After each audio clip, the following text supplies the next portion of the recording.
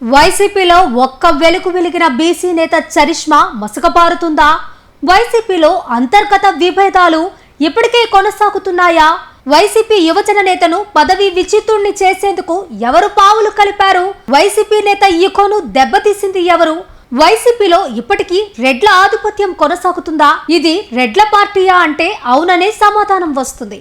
నెల్లూరు జిల్లాలో వైసీపీ అంతర్గత పోరు కొనసాగుతుంది. వైసీపీ రెండు వర్గాలుగా ఉంది.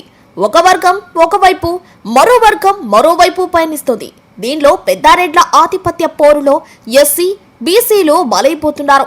కారణాలు లేకుండా ప్రైవేట్ లిమిటెడ్ కంపెనీలో ఉద్యోగాలు తీసేసినట్టు పదవులు తీసేస్తున్నారు. ఒక రెడ్డి ఈగో దెబ్బతిందని మరో ఎస్సీ నేత పోస్టింగ్ ఊస్టింగ్ అయింది. అది ఎక్కడో కాదు, నెల్లూరు నగర నియోజకవర్గంలోనే. నెల్లూరు జిల్లాలో వైసీపీలో గత ప్రభుత్వంలో మాజీ మంత్రి అనిల్ కుమార్ యాదవ్ ఒక ఫైర్ బ్రాండ్ లా ఎదిగాడు. అనిల్ కుమార్ యాదవ్ ఎమ్మెల్సీ పర్వతిరెడ్డి చంద్రశేఖర్ రెడ్డిని రాజకీయాల్లోకి తీసుకొచ్చారు. అనిల్ ప్రతిపాదించడంతోనే చంద్రశేఖర్ రెడ్డికి ఎమ్మెల్సీ అభ్యర్థిగా వైసీపీ అధినేత ప్రకటించారు. వైసీపీ కష్టకాలంలో ఎమ్మెల్సీగా పర్వతిరెడ్డి గెలుపొందారు. దీన్ని చంద్రశేఖర్ రెడ్డి సొంత చరిష్మా వల్లే గెలిచాడు అని కూడా చెప్పుకున్నారు. కాలచక్రం గిర్రున తిరిగింది. 2024లో వైసీపీ రాష్ట్రంలో ఘోర పరాజయం పాలైంది.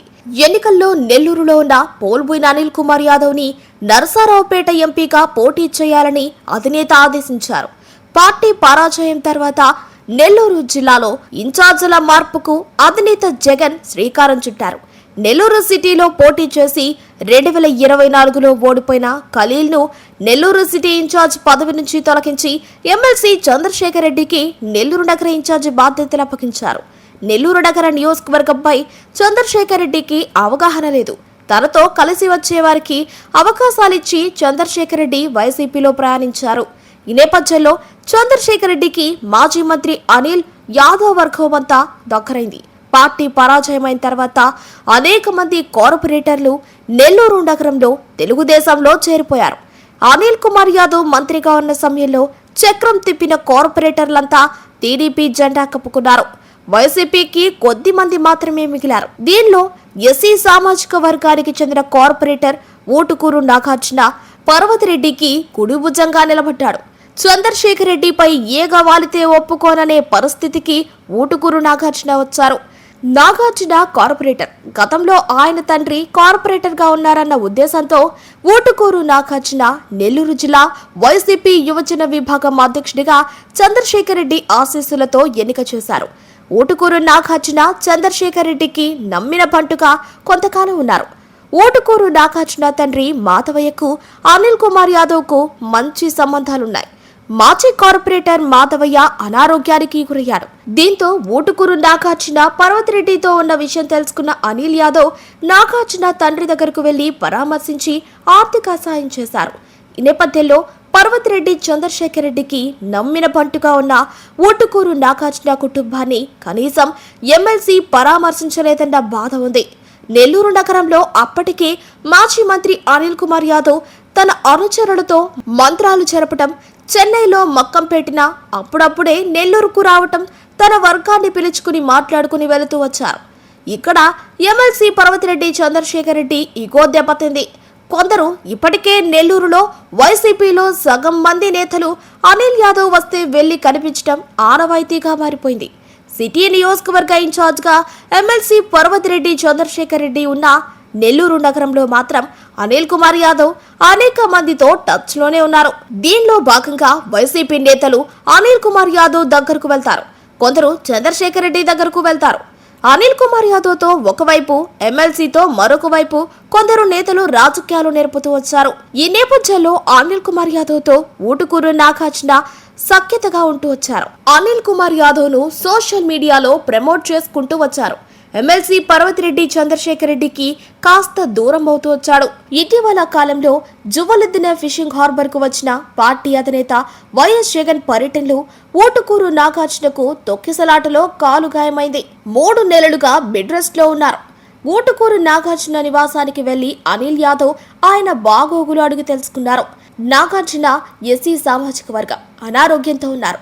అధినేత పర్యటనలో తొక్కిసలాటలో కాలు విరిగింది.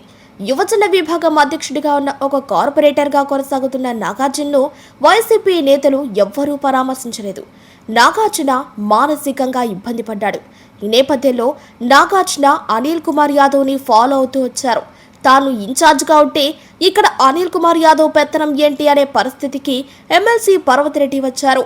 ఒకవైపు పార్టీ అధికారంలో లేదు. ఎమ్మెల్సీగా పర్వతిరెడ్డి వైసీపీకి చొక్కా అన్నాడు. ఈ నేపథ్యంలో అనిల్ కుమార్ యాదవ్తో తిరుగుతున్న ఊటుకూరు నాగార్జున ఎమ్మెల్సీ పర్వతిరెడ్డి చంద్రశేఖర్ రెడ్డి ఊటుకూరు నాగార్జునపై దృష్టి మళ్లించారు.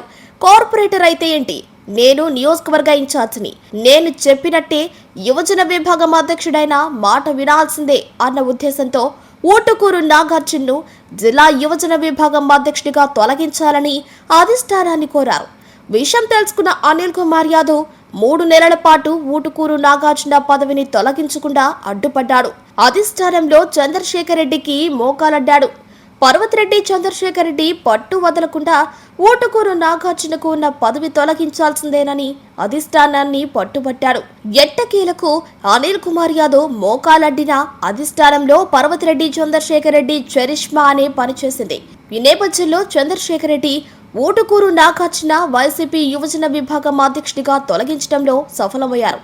నెల్లూరు జిల్లా రాజకీయాలను పరిశీలిస్తే వైసీపీలో రెడ్ల ఆధిపత్యం కొనసాగుతోందని మరోసారి తేటతెల్లమైంది.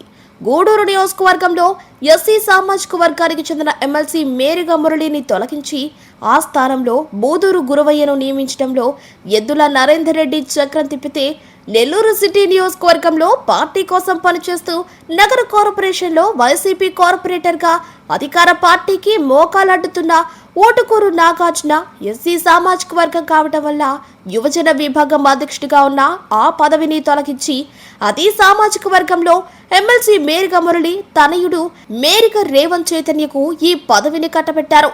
వైసీపీలో రెడ్ల ఆధిపత్యం కొనసాగుతుందని నిరూపణ అయింది. ఈ నేపథ్యంలో వైసీపీలో ఎస్సీ, బీసీ సామాజిక వర్గాలకు పెద్ద ప్రాధాన్యత ఉండబోదని స్పష్టమవుతోంది. ప్రాంతీయ పార్టీల్లో కొనసాగే వారంతా కేవలం కుల ఆధిపత్యం కింద కొనసాగాలని తేటతెల్లమవుతోంది. నెల్లూరులో పరిశీలిస్తే అనిల్ చరిష్మా అధిష్టానంలో మసకబారిందని, నెల్లూరు నగర నియోజకవర్గంలో జరిగిన పరిణామాలు చూస్తే ఇట్టే తెలిసిపోతుంది.